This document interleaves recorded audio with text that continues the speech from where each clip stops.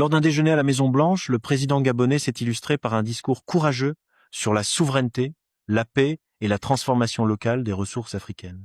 Le président sénégalais, de son côté, a livré un message pertinent sur la stabilité, l'investissement et l'avenir numérique de son pays, avec, en prime, une invitation malicieuse à Donald Trump pour venir jouer au golf à Dakar.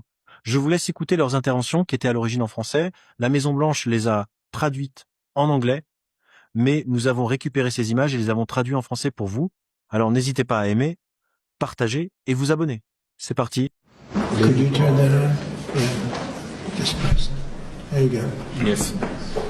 Et au niveau diplomatique, je salue les succès que vous avez obtenus pour amener l'accord de paix entre la RDC. Je voudrais vous féliciter, Monsieur le Président, pour le succès que vous avez obtenu en concluant un accord de paix entre le Rwanda et la RDC. L'Afrique est un vaste continent qui a de nombreux problèmes.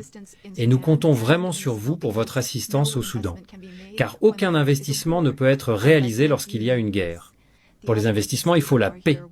Les autres chefs d'État qui sont ici avec moi représentent des pays en paix.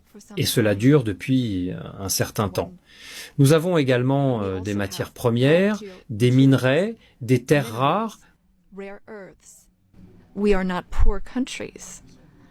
Nous ne sommes pas des pays pauvres. Nous sommes des pays riches en matières premières, mais nous avons besoin de partenaires pour nous soutenir et nous aider à développer ces ressources avec des partenariats gagnant-gagnant. C'est notre souhait. J'écoute souvent vos remarques et vos discours, Monsieur le Président. Nous voulons également que nos matières premières soient transformées localement dans notre pays afin que nous puissions créer de la valeur et des emplois pour nos jeunes, pour qu'ils arrêtent de mourir. Nous avons des jeunes qui se noient en mer, dans l'océan, pour aller dans d'autres pays. C'est ce que nous voulons, une transformation locale des matières premières. Le Gabon est un pays riche.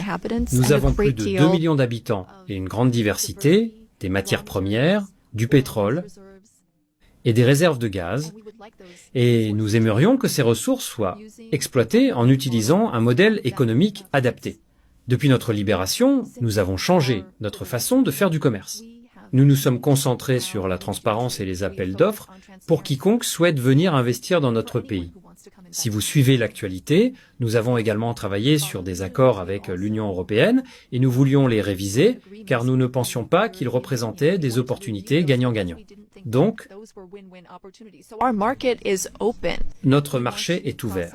Nous voulons transformer le manganèse localement, que vous achetez par l'intermédiaire d'une entreprise appelée Aramet. Je suis sûr que c'est plus cher comparé à ce que vous pourriez acheter directement chez nous. Pour effectuer cette transformation locale, nous avons besoin de 8 à 10 gigawatts d'électricité. Là encore, c'est un appel d'offres ouvert. Toute entreprise américaine qui souhaite investir dans l'électricité au Gabon est la bienvenue pour saisir cette opportunité.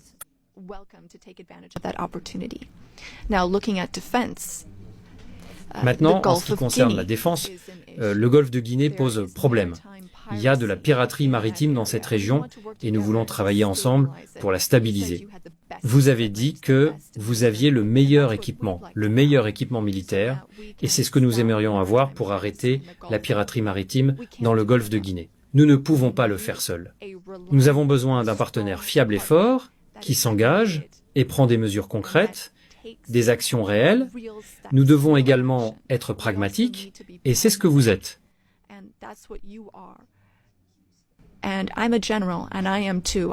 Je suis général et moi aussi je suis pragmatique. J'aime quand les choses avancent rapidement. Vous êtes les bienvenus pour venir investir.